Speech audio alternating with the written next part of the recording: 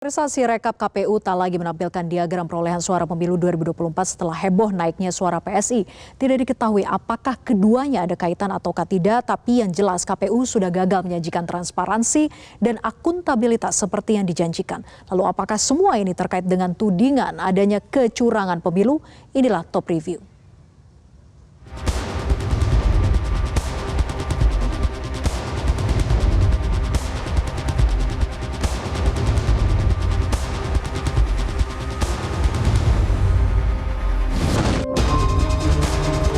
Publik dihebohkan dengan tampilan laman Sistem Informasi Rekapitulasi Elektronik atau Sirekap yang tak lagi menampilkan diagram perolehan suara Pilpres, Pemilu Legislatif DPR RI, DPRD, dan DPD RI.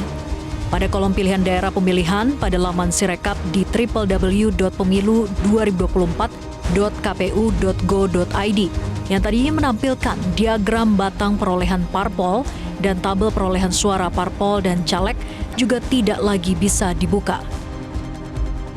Begitu juga dengan diagram perolehan suara peserta pemilu maupun keterangan jumlah TPS yang memasukkan data formulir model C1 Plano atau C hasil tidak ditayangkan lagi. Yang tersedia hanya file formulir model C hasil di TPS-TPS yang ada di wilayah yang sifatnya seperti arsip digital pemilu. Hilangnya real count Sirekap menjadi momentum untuk mengaudit sistem IT KPU. Wakil Ketua Komisi 3 DPR RI Ahmad Syahroni mengatakan tidak ditampilkannya grafik perolehan suara Pilpres dan Pemilu Legislatif mengindikasikan adanya masalah dalam Sirekap KPU. Karena itu audit forensik sistem IT KPU harus dilakukan oleh lembaga audit independen. Mudah-mudahan kejadian-kejadian yang terjadi saat ini kan membuat kehebohan di publik ya bisa diselesaikan sama KPU. Dan kita selalu memberikan saran sama mereka, kenapa enggak itu sistem IT-nya di audit forensik kan bagus juga untuk memberikan satu wawasan kepada masyarakat tentunya. Jadi jangan alergi bahwa audit itu membuat suatu hal yang akan ditutupin. Audit forensik pada lembaga independen itu lebih baik. Bukan hanya anggota DPR yang mendesak dilakukan audit forensik, tapi juga kalangan masyarakat sipil, salah satunya Perkumpulan untuk Pemilu dan Demokrasi atau Perludem. Karena sejujurnya dalam konteks tata kelola pemilu, ketika teknologi itu diterapkan, sejak awal itu harus sudah ada audit terlebih dahulu. Apakah kemudian sistem ini akurat? Apakah sistem ini kuat dari segi cyber security-nya seperti apa? Termasuk ada sertifikasi juga terhadap penggunaan teknologi. Nah, jadi ke depan saya kira evaluasi pentingnya adalah selain tadi yang upaya yang mendesak yang perlu dilakukan adalah perbaikan terhadap berbagai data yang kemudian dari kesalahan pemindaian optical character recognition ataupun optical mark recognition itu diperbaiki dan kemudian ditampilkan kembali grafik. Nah, ke depan memang kita harus evaluasi menyeluruh sistem IT KPU, salah satunya dengan audit dan kemudian untuk perbaikan ke depan. Karena poin utamanya dari teknologi adalah untuk transparansi dan akuntabilitas. Sirekap dikembangkan oleh KPU bersama Institut Teknologi Bandung dan pertama kali dipakai pada Pilkada 2020. Pada 2021, KPU membuat nota kesepahaman dengan ITB untuk teknologi Sirekap. Sejauh ini pihak KPU belum memberi klarifikasi terkait penghilangan diagram perolehan suara.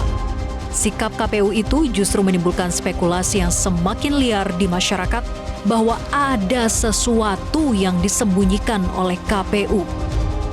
Sebenarnya dalam sistem yang dipakai KPU sebelumnya, yaitu Sistem Informasi Penghitungan Suara atau SITUNG, juga sempat ada masalah.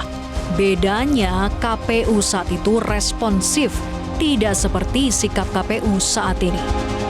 Ya, pertama di 2014 kita mengenal SITUNG tadi, sistem penghitungan suara. Lalu kemudian di pilkada serentak di setiap gelombangnya dari 2015, 17 dan 18 ada juga yang namanya SITUNG. Di 2019 juga namanya SITUNG dan itu waktu itu sistem pemindaiannya itu ada di level kabupaten kota. Nah, tetapi di Pilkada 2020 kita sudah mengenal tuh istilah Sirekap sebetulnya.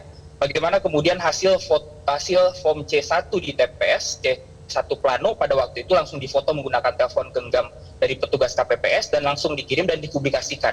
Nah, sebetulnya ketika Pilkada serentak 2020 lalu juga gitu ya, bahkan ketika penggunaan situng itu ada salah pemindaian juga gitu ya. Ada beberapa angka yang kemudian tidak sesuai, dan kalau kita masih ingat di pemilu presiden 2019 lalu, situng sampai dipersoalkan juga di Mahkamah Konstitusi. Tetapi pada waktu itu KPU cukup cepat dan responsif terhadap kesalahan pemindaian dari sistem, dari form C yang kemudian diterjemahkan ke dalam data angka ataupun grafik pada waktu itu yang tidak sesuai dengan form C-nya, angkanya langsung diperbaiki. Sehingga kemudian ada respon cepat di publik, dan kemudian publik tidak ada spekulasi lebih jauh. Nah, saya kira apa polemik dan diskursus yang terjadi hari ini, salah satunya adalah karena faktor kurang responsifnya KPU kemudian memperbaiki dan juga memberikan klarifikasi. Hilangnya diagram perolehan suara pada Sirekap terjadi setelah publik heboh dengan melonjaknya perolehan suara Partai Solidaritas Indonesia atau PSI yang terpantau di Sirekap.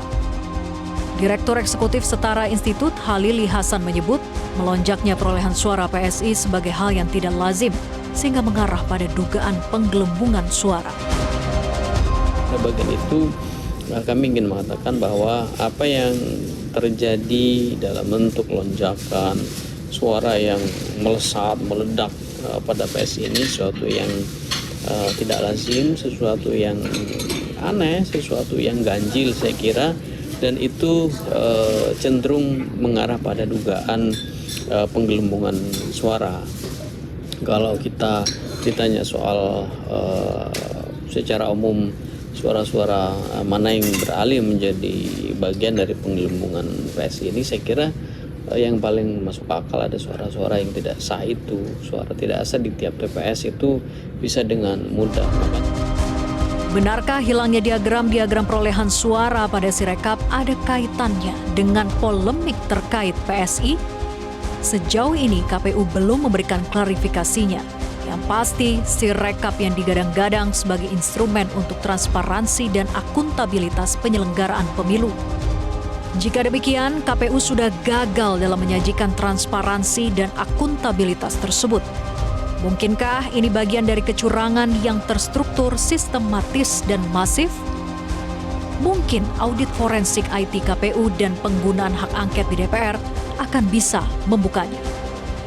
Tim Liputan Metro TV.